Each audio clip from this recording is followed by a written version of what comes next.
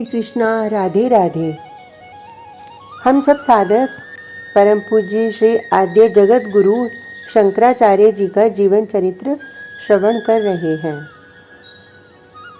का ते कांता कस्ते पुत्रः संसारो यमतीव विचित्र। बौद्ध धर्म गलत नहीं है, कोई गलत नहीं है। गलत होता है तब जब इन सब में पाखंड का प्रवेश हो जाता है और मूल सनातन को हम गाली देना शुरू कर देते हैं। इतिहास साक्षी है, सनातन धर्म ने बहुत आघात सहे हैं, पर इतने आघात सहने के बाद भी ये सनातन धर्म आज भी उसी ठसक के साथ खड़ा है, क्योंकि समग्र को स्वीकार करता है सनातन। ईसाई धर्म में अगर ईसा कभी हुए ही नहीं थे, ये सिद्ध हो जाए तो ईसाई धर्म खत्म हो जाएगा। मुस्लिम धर्म में मोहम्मद हुए ही नहीं थे, ये मात्र प्रतीक रूप से इसका वर्णन है, ऐसा कहा जाए तो मुस्लिम धर्म टिकेगा ही नहीं। ऐसे ही बौद्ध धर्म में बुद्ध नहीं हुए थे तो क्या बौद्ध धर्म टिकेगा? पर हिंदू धर्म में राम नहीं हुए थे, ये मात्र पौराणिक पात्र है। कृष्ण नहीं हुए थे, ये मात्र एक प्रतीक है। ऐसा भी अगर कोई सिद्ध कर दे तो भी हिंदू धर्म में कोई फर्क नहीं पड़ेगा, क्योंकि ये सनातन हिंदू धर्म ईसाई या मुस्लिम की तरह एक व्यक्ति विशेष पर ही नहीं टिका। ये तो समस्त को स्वीकार करता है। सबके अंदर वही है, सब वही है, इसके अलावा और कुछ है ही नहीं। और जो भी उसका दिखावा उसके अलावा दिख रहा है वो झूठ है। अद्भुत योद्धा थे आचार्य शंकर, जिन्होंने अपने सनातन धर्म की रक्षा के लिए युद्ध किया, भले ही वो वाक युद्ध हो जिसे शास्त्रार्थ कहा जाता है। वो युग शास्त्रार्थ का था, हार जीत का शास्त्रार्थ से ही निर्णय होता था। अद्भुत मेधा संपन्न थे आचार्य शंकर। इन्होंने शाक्त लोगों से शास्त्रार्थ किया। ये लोग वाम मार्गी थे। इन्हीं लोगों की क्रूरता, बलि प्रथा के कारण ही आम जनमानस सनातन धर्म से दूर जा रहा था और इन आम जनमानस को आधार मिल रहा था बौद्ध धर्मानुरागियों का, जिनके बौद्ध विहार शांत थे और हमारे मंदिर में रक्त का स्नान कराया जाता था। भगवती को बलि चढ़ाई जाती थी, पशु ही नहीं नर बलि भी। ऐसे समय काल में आचार्य शंकर ने सनातन धर्म की धर्म ध्वजा फहराई। कर्मकांड को पूर्व मीमांसा कहा जाता है। कर्मकांड का प्रभाव व्याप्त था, उसको भी कम करना आवश्यक था। और उस समय पूर्व मीमांसा के अद्भुत विद्वान थे मंडन मिश्र। इनका शास्त्रार्थ जग प्रसिद्ध है और इनकी पत्नी उभय भारती का भी। सनातन धर्म का जो प्रेमी है वो आचार्य को नमन करेगा ही, क्योंकि इन्होंने कार्य ही ऐसा किया है। कई लोग मंडन मिश्र को मिथिला का भी बताते हैं और कई लोग नर्मदा के किनारे ओंकारेश्वर का भी। नर्मदा का किनारा लिखते हैं और ओंकारेश्वर के पास बताया जाता है मंडन मिश्र का घर। पर मैंने मिथिला में सुना था कि मंडन मिश्र मिथिला के थे। मंडन मिश्र का घर कौन सा है, क्या मुझे कोई बताएगा? आचार्य शंकर ने पूछा था। हाँ, हे सन्यासी, हम आपको बताते हैं। आप जाइए सीधे और जहाँ कुएं से पनिहारिन पानी भरते हुए संस्कृत में काव्य की रचना करती जा रही होंगी, बस समझ लेना पास में ये मंडन मिश्र का घर। हे सन्यासी, आप जाइए सीधे। जिस घर के पिंजड़े में बैठे तोता मैना जीव जगत और ईश्वर के संबंध में शास्त्रार्थ कर रहे होंगे, बस समझ लेना वही घर मंडन मिश्र का है।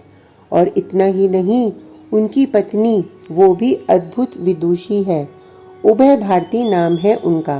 कुछ वार्ता उनसे भी कर लेना। मार्ग बताने वाले ने ये सब जानकारी दी। तब आचार्य शंकर चकित हो गए। बौद्ध धर्म से टक्कर लेना है तो अपने ही लोग जो बिखरे हुए हैं इनको अपने पक्ष में करना ही होगा। ओह, हमारे पास ऐसे ऐसे विद्वान हैं, फिर भी बौद्ध धर्म हम पर हावी हो रहा है। आचार्य को यही दुख था। गए मंडन मिश्र के धाम। जो जो सुना था वो सब सच निकला। पानी भरने वाली पनिहारिन तुरंत संस्कृत में काव्य की रचना करके सुना रही थी और दूसरी ओर से उसका उत्तर भी तुरंत ही मिल रहा था। आचार्य गदगद थे। ये गांव मंडन मिश्र का था।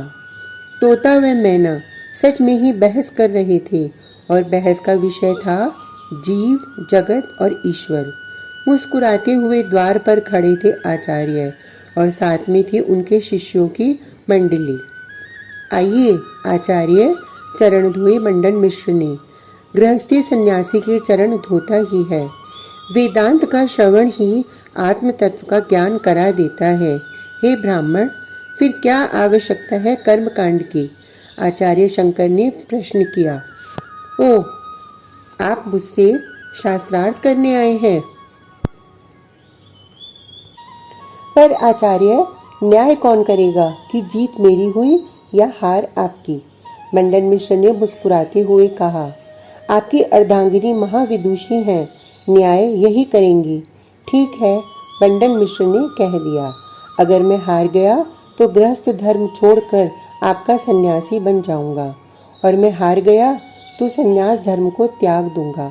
आचार्य ने सबके सामने ये बात कही और शास्त्रार्थ शुरू हुआ। मात्र शब्द से क्या होगा आचार्य? कर्मकांड के बिना, यज्ञ यागादि के बिना शब्द ब्रह्म है। अगर विधि पूर्वक उसे सुना जाए, अधिकारी बनकर सुना जाए तो श्रवण से ही पूर्ण ज्ञान मिल जाएगा और ज्ञान से ही तो मुक्ति है ना, आचार्य शंकर ने कहा। पर कर्मकांड स्वर्ग के द्वार खोलती है। वेद के पूर्व मीमांसा में यही सब है। मंडन मिश्र के तर्क थे। स्वर्ग जाने के बाद लौटना पड़ता ही है। हे मंडन मिश्र, स्वर्ग जाओ, पर कब तक रहोगे वहाँ? जब तक पुण्य है। पर पुण्य खत्म होने के बाद इस तरह 22 दिनों तक लगातार शास्त्रार्थ चलता रहा। और 23वें दिन क्या आवागमन ही लक्ष्य है या मुक्ति लक्ष्य है? अगर मुक्ति लक्ष्य है तो इन कर्म कांडों से मुक्ति नहीं मिलने वाली, इन बलि याग आदि से मुक्ति नहीं मिलने वाली। मुक्ति मिलेगी ज्ञान से और ज्ञान मिलेगा श्रवण से। आचार्य शंकर की इन बातों को सुनकर मौन हो गए थे मंडन मिश्र। वातावरण मौन हो गया। तभी मंडन मिश्र की पत्नी भारती ने देखा। सुबक रहे हैं मंडन मिश्र।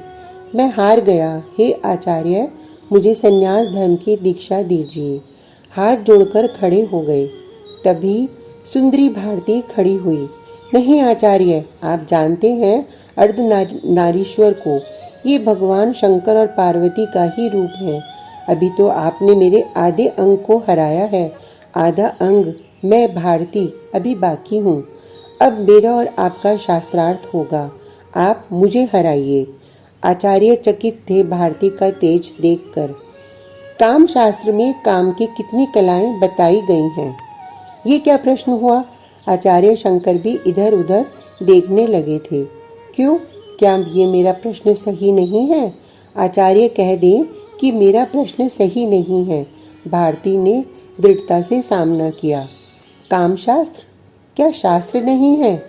है, काम शास्त्र शास्त्र है, आचार्य शंकर ने स्वीकार किया। संभोग की शुरुआत कहाँ से होती है और संभोग का चरम कहाँ पर है? कितने आसन है संभोग के? स्त्री के किस अंग में काम का वास होता है? भारती प्रश्न पर प्रश्न किए जा रही थी। आचार्य शंकर मौन हो गए। हंसी भारती। हार गए आचार्य? नहीं, मुझे बस 1 महीने का समय दिया जाए। क्यों 1 महीने का समय दूं मैं आपको? भारती ने पूछा। क्योंकि हे देवी, मैं बालक अवस्था से ही सन्यास धर्म को ग्रहण कर चुका हूँ। मुझे काम शास्त्र के बारे में कुछ भी ज्ञान नहीं है। मैं इसका ज्ञान प्राप्त करूँगा, फिर आऊँगा आपके पास। और हाँ, शास्त्रार्थ अभी समाप्त नहीं हुआ, बस कुछ समय के लिए स्थगित हुआ है। इतना कहकर आचार्य शंकर उठकर जाने लगे। मैं आपकी प्रतीक्षा करूंगी आचार्य, भारती ने कहा और आचार्य शंकर अपने शिष्यों के साथ निकल गए थे। कुछ समझ में नहीं आ रहा था कि क्या किया जाए जिससे काम शास्त्र का अनुभव पाया जाए। तभी उस प्रदेश के राजा अमरूक की शव यात्रा जा रही थी। आचार्य प्रसन्न हुए और अपने शिष्यों को बोले, सुनो, मैं अपने इस शरीर को छोड़ रहा हूँ और अपने सूक्ष्म शरीर को मृत राजा के शरीर में प्रवेश करा रहा हूँ। मेरी एक ही आज्ञा है तुम लोगों को कि मेरे इस शरीर को सुरक्षित रखना। मैं आऊँगा, काम विद्या का अनुभव लेकर मैं आऊँगा। फिर कुछ विचार करके आचार्य ने कहा, सुनो, मोह आसक्ति बुरी चीज है। कहीं मैं फंस गया उसी काम वासना के जाल में तो हे शिष्यों, मैं एक मोह मुद्गल नामक स्तोत्र सुना रहा हूँ, इसे रट लेना और उसी राज सभा में आकर मुझे सुना देना। इतना कहकर आंखें बंद करके आचार्य शंकर बैठे और सूक्ष्म शरीर को योग के द्वारा निकालकर राजा के शरीर में प्रवेश कर गए। राजा का शरीर तो जिंदा हो गया। प्रजा खुश हो गई, राजा जिंदा हो गया, राजा जिंदा हो गया। सर्वत्र यही हल्ला हो रहा था। रानी भी बहुत खुश थी। दिन बीतने लगे। राजा कोई युवा तो थे नहीं, पर वृद्ध राजा के मन में इतनी काम वासना कैसे जाग रही है।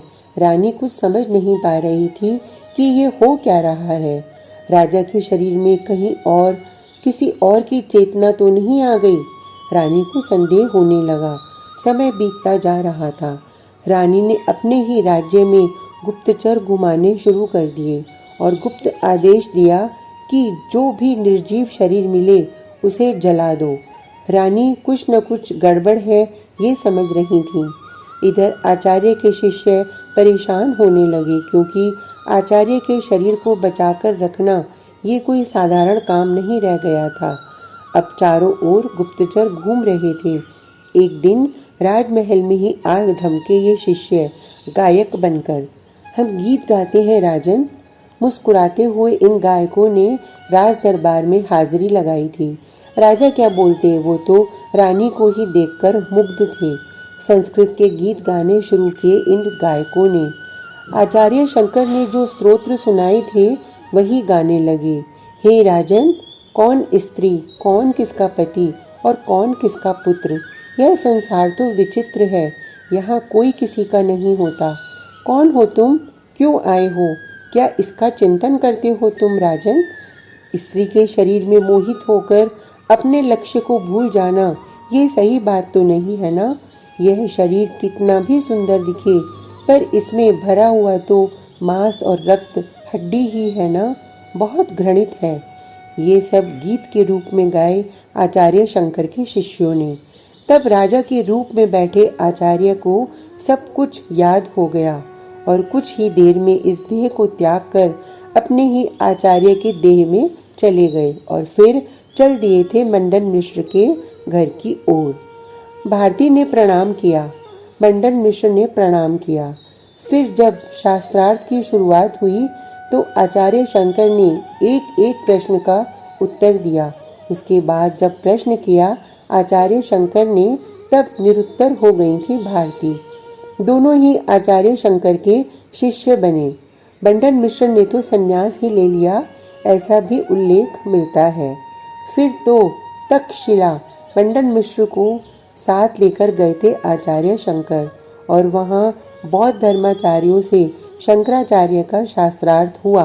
कुछ विद्याओं का प्रदर्शन भी किया उन बौद्ध लोगों ने, पर आचार्य शंकर के आगे इनकी कुछ नहीं चली और पराजित होना ही पड़ा इन्हें। ऐसे सनातन धर्म के उद्भट योद्धा श्री शंकराचार्य जी को हमारा बारंबार प्रणाम। आज का प्रसंग इतना ही। कल तक के लिए हरे कृष्णा, राधे राधे।